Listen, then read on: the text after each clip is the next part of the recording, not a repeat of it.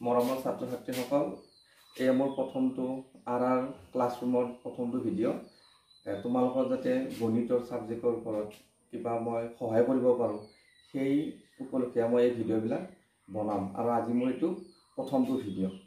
এতিয়া মই আজি তোমালোকক বহুপদৰ যিটো আছে আমাৰ পলিনমিয়েলছ, সেই পলিনমিয়েলছৰ বহুপদৰ যিটো কনচেপ্ট, গোটেই চেপ্টাৰটোৰ কনচেপ্ট লাগিব আমাক। গতিকে কনচেপ্টটো এই প্ৰথমটো ভিডিঅ'ত মই দি দিম।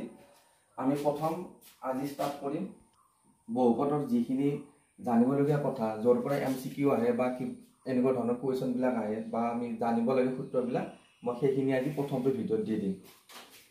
আমাৰ বহুপদ বুলি কোৱাৰ লগে লগে বহুপদৰ এটা আদৰ্শ ঠাঁচ এটা আছে। বহুপদৰ আদৰ্শ ঠাঁচ এটা আছে। এতিয়া বহুপদৰ আদৰ্শ ঠাঁচ মানে কি? বহুপদৰ আদৰ্শ ঠাঁচ হ'ব লাগিলে আমি এটা কি থাকিব লাগিব, ax² + bx + c। আৰু য'ত তোমালোকৰ a মানটো শূন্য হ'ব নোৱাৰে কোনো কাৰণত, a মানটো a not equal to 0। এতিয়া চোৱা তোমালোকে, আমি যদি ধৰি লওঁ, ধৰা হ'ল এটা বহুপদ, ধৰা হ'ল এটা বহুপদ ax² + bx + c। আমি যদি এনেকুৱা এটা বহুপদ ধৰি লওঁ আৰু ইয়াৰ শূন্য দুটা কি হ'ব?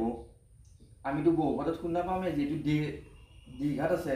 দ্বিঘাতৰ ক্ষেত্ৰত আমি শূন্য কেইটা পাম? দুটা পাম। গতিকে আমি শূন্য দুটা আলফা আৰু বিটা কৰি ধৰি ল'ম, আলফা আৰু বিটা। গতিকে এতিয়া আমাৰ কথাটো হ'ল কি, ইয়াত আমাক জানিবলগীয়া কথা হ'ল কি, শূন্য দুটাৰ সমষ্টি লাগিব, শূন্য দুটাৰ গুণফল লাগিব। শূন্য দুটাৰ সমষ্টি, শূন্য দুটাৰ সমষ্টি কি হ'ব আমাৰ? শূন্য দুটাৰ সমষ্টি বুলি কওঁতে ইয়াত আমি আলফা আৰু বিটা ধৰিছোঁ। গতিকে আলফা + বিটা মাইনাছ b/a। ইয়াত আমাৰ মাইনাছ b/a মানে কি? ইয়াত মাইনাছ বিটো হ'ল তোমাৰ এক্সৰ সহগ, বিটো এক্সৰ সহগ, আৰু যিটো a আছে aটো হ'ল তোমাৰ x² সহগ। এইবোৰ আমি মনত ৰাখিব লাগিব, কাৰণ কি পৰীক্ষাত এইবিলাকৰ পৰা আহে। আৰু এটা আছে হ'ল শূন্য দুটাৰ গুণফল। শূন্য দুটাৰ গুণফল, শূন্য দুটাৰ গুণফল হ'লে, গুণফল মানে কি? পূৰণফল, আলফা বিটা। আলফা বিটা হ'লে আকৌ তোমাৰ কি হ'ব? c/a, c/a। এতিয়া c/a মানে হ'ল কি? c মানে হ'ল তোমাৰ ধ্ৰুৱক পদ, য'ত চলক নাথাকে, সেইটো হ'ল ধ্ৰুৱক পদ। a মানে হ'ল তোমাৰ x² সহগ, x² সহগ।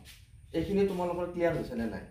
এইখিনি তোমালোকে জানিব লাগিব। এইখিনি কথা আমি ইয়াৰ ওপৰত অংক আহে, আৰু ইয়াৰ ওপৰত আমাৰ 4 নম্বৰী এটা কুৱেশ্যন আহে।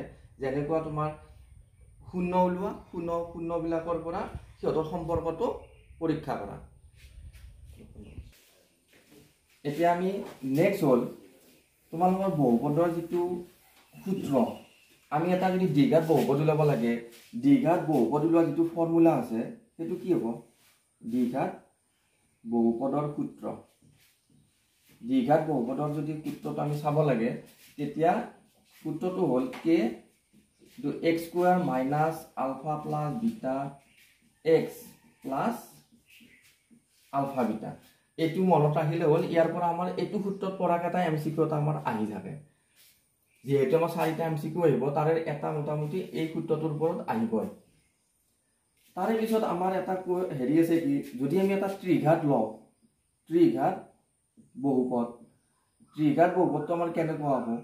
যে ax³ + bx² + cx + d। এতিয়া ইয়াৰ ওপৰত আমাৰ 4 নম্বৰী কুৱেশ্যন নাহে, কিন্তু ইয়াৰ ওপৰত আমাৰ কি আহে? 1 নম্বৰী এটা আহে। এইটো কম্পালচৰি, তাৰমানে কমনে প্ৰায়, যে এইটোৰ ওপৰত আমাৰ এটা 1 নম্বৰী এটা আহে। সেইটো হ'ল যে আমাক যদি কয় কি ইয়াৰে সমষ্টি ওলোৱা, আলফা + বিটা + গামা, তেনেহ'লে কি হ'ব? Minus b/a।